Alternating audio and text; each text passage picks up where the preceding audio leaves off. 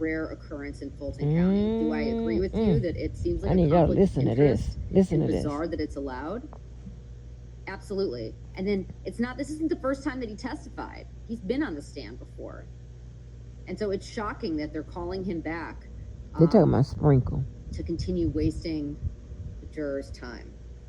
Well, so like if but yeah. I mean, I guess they're saying, okay, well, he's some kind of investigative prosecutor. They've got their own in-house police department. Essentially, they have criminal investigators with badges and guns and arrest powers and all this stuff working at the DA's office. You see these people out working part-time jobs at the Atlanta Falcons games and other things like that as full-fledged law enforcement officers, which they are, but they work for the district attorney. And so it's inappropriate. I mean, it's the whole way that the Fulton County DA's office operates. I hate to say it, but it's just the truth, is that the rules don't apply to them. They don't understand conflict of interests as it relates to, the way that they prosecute cases. I mean, I'm hopeful that the jurors are like, this guy works for your office. Why do we care? He also, I mean, I've known Mike Sprinkle for years. He basically is like this. He does all the preliminary hearings for homicide cases, and he's been doing this forever. The amount of if there's like, let's say 250, that's a conservative number of homicides that are handled in Fulton County every year. He doesn't remember 2015, but he's being prepped by his own office. Luckily for the defense in this case, I do believe, as annoying as he may be on the stand, that he is not going to lie in the way that some of these other prosecutors lie. So is he an honorable guy? I'm seeing True Stories asking,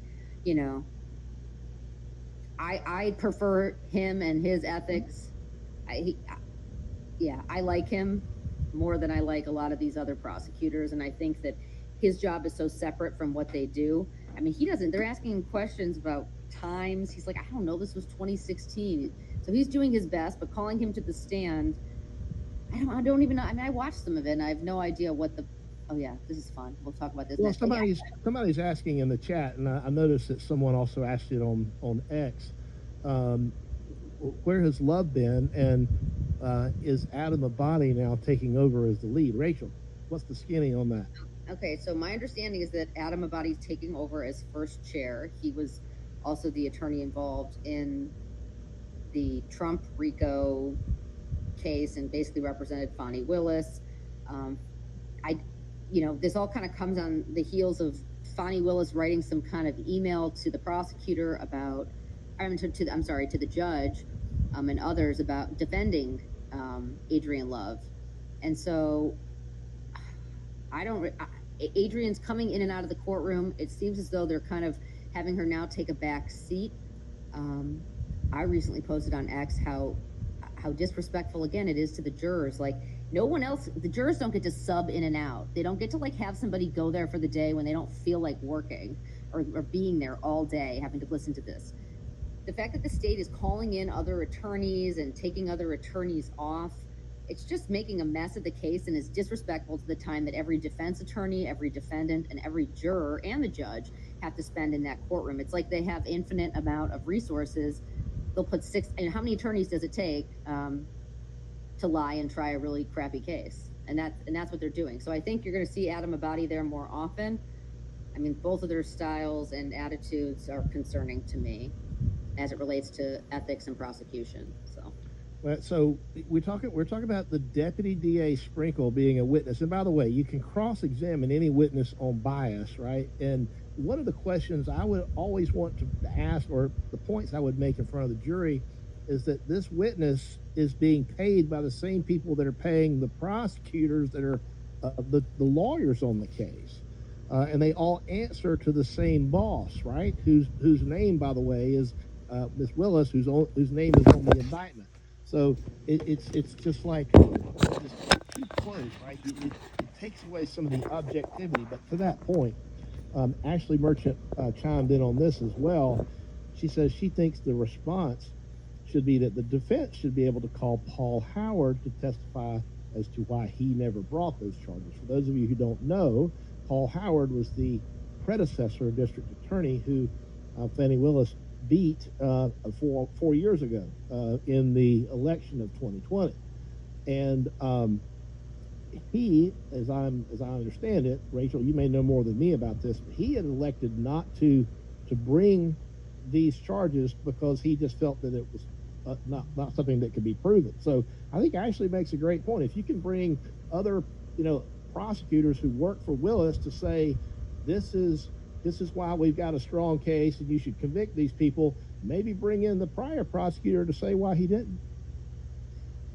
I think that that'd be a good idea. I mean, he was the district attorney from, definitely from 2014 until 2020. So those were several years. I had been wondering the whole time. I mean, that what's really offensive to me about this RICO prosecution, this YSL prosecution, is that we've got shootings back and forth as they're alleging them, that there's all this gun violence. People are dying. People are being injured. And instead of trying to work with these individuals and the people that they do know were involved to try to curb gun violence and save lives, I guess what Fani Willis was doing, hoping that she would get elected, is, I guess, stack up as many cases as they could so they could throw it all into one big case, all this time, almost 10 years later. Meanwhile, people were dying because they weren't handling the cases at appropriate times. So I would have much rather, so Paul Howard would be a great witness. I'd like to know, he was aware of what was going on. He was aware of the investigations they were pursuing in 2015. Why weren't they just individually handling each case? All right, so this is a good point that before we get into some of the stuff I want to talk about. Adam Abadi, he's another, I guess, deputy DA. He's one of the senior management there. He's also testified as a witness, right? And he's handling the probation revocation that we're about to talk about. So if he's been the rule is clear. You can't be a lawyer and a witness in the same case, but yet here we are. So, I just don't understand, as Creed M points out, that, that seems to go against the rules of professional conduct. Yes, and again, their office doesn't really seem to care or understand the rules that's of the rules of conduct. professional conduct. It seems very inappropriate to have somebody who's been a witness on the stand before the jury to now have him sitting in the position as an attorney handling the case. I mean, a defense attorney couldn't do that.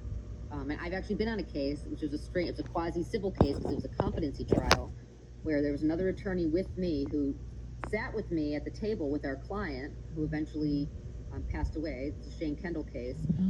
This other attorney sat with me at the table, didn't handle any of the witnesses or anything, but did sit with us, and was also a witness on the stand, but he was not allowed to participate in the trial for that exact reason.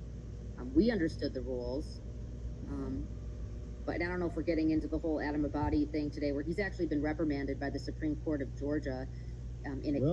Look, I actually mentioned this on X the other day, and so you mentioned it now, so let's just get into that. What was because there was this whole thing about somebody may have alleged that Ashley was lying about some of this because she represents a co-defendant that also has an immunity deal, and so Ashley posted on X that he may have been reprimanded. So what do you know about that?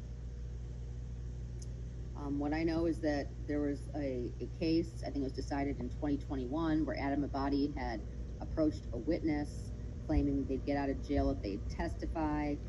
Whatever had happened between him and this witness, along with other issues, Brady violations that happened in that case, the trial court actually granted a motion for new trial, which was appealed by the state, and the Supreme Court issued a decision and specifically called out Adam Abadi for his lack of candor and misbehavior. And when we talk about what happened to this probation revocation in a bit, we can talk about it. But the idea is that it's very rare for an attorney to be personally named in a court decision, especially kind of in a reprimanding sort of way. But per usual, a public reprimand or his name in a case, I think it was Thomas versus State, his name being associated with the case, and it's one in hundreds of cases that get published a year.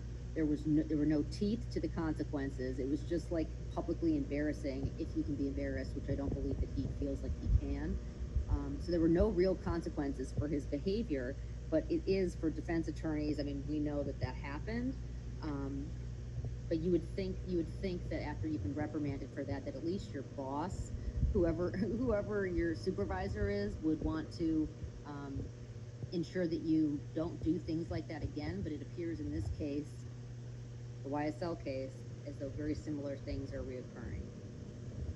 So raises that point. Thank you for the super chat, Nick.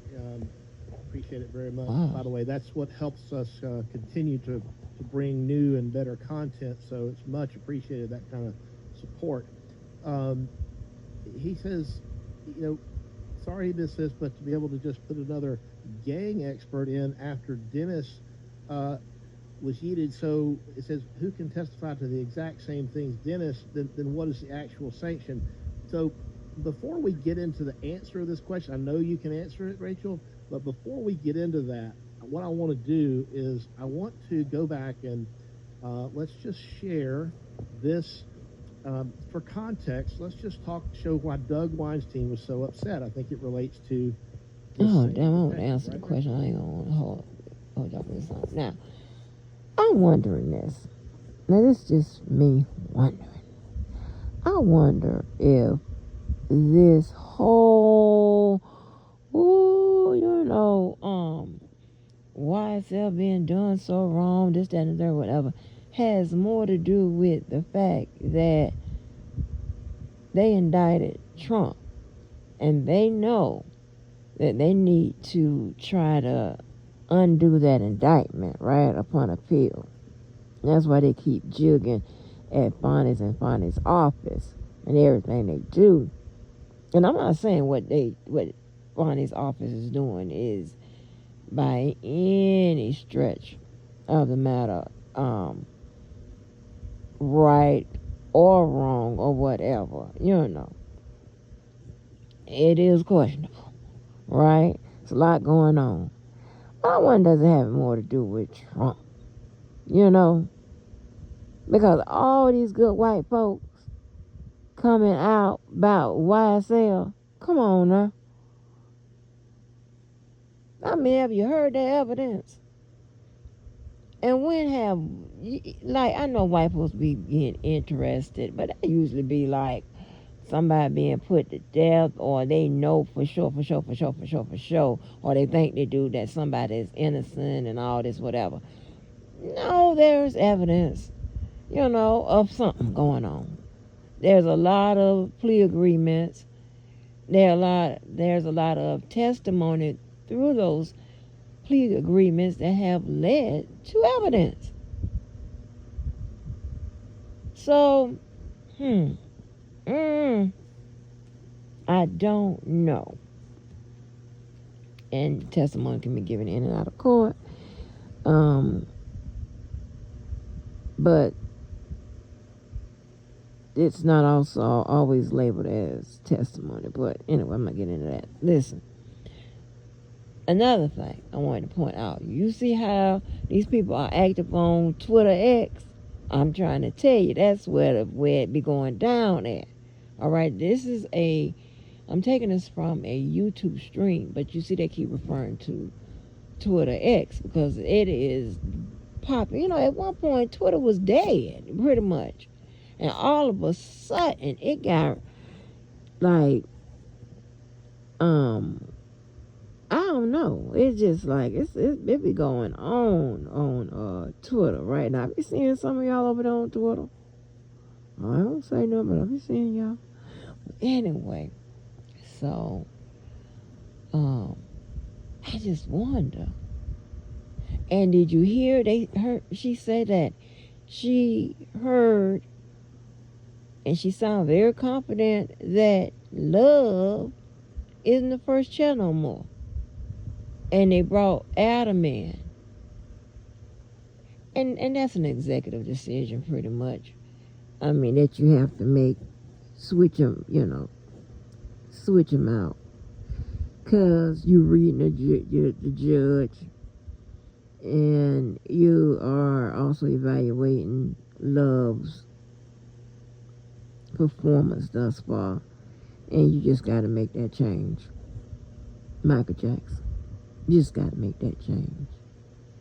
You do. That judge is more favorable to white attorneys in that courtroom. This is just my opinion, but I stand by it.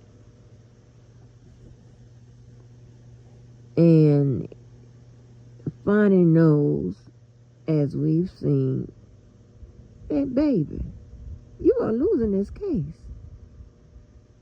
And somehow, your incompetent ass staff got all them black folks on that jury in Fulton County on a case of a rapper that's charged with RICO. Huh? Like, I don't know. I don't know. Just like I said, way back when, and I'm not going to get my pressure,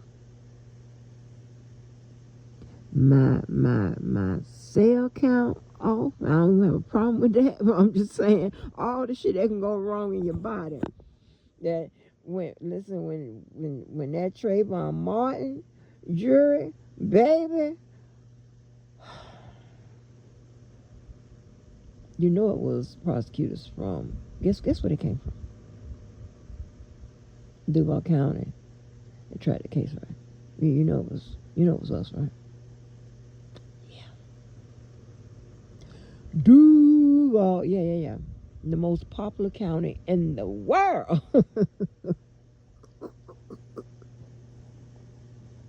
Boy, your girl, okay? But yeah. So yeah, that's a little dirt, baby. I'm finna upload y'all with this, baby, but yeah, Twitter is where it is, and I'm trying to figure out how to navigate it to really engage over there and whatever, because I don't know how to well, I kind of do know how to respond to the people over there. I figured that part out. That's been hitting me up over there, but but I don't know how to like fully navigate it, like, because people be going live over there too, but like live without going through StreamYard and stuff like that. So I don't know, but you see how they keep referring to Twitter X, and this is I'm clearly pulling this from a YouTube live that's going on right now, but they got the information, baby, on what's going on. So I don't know.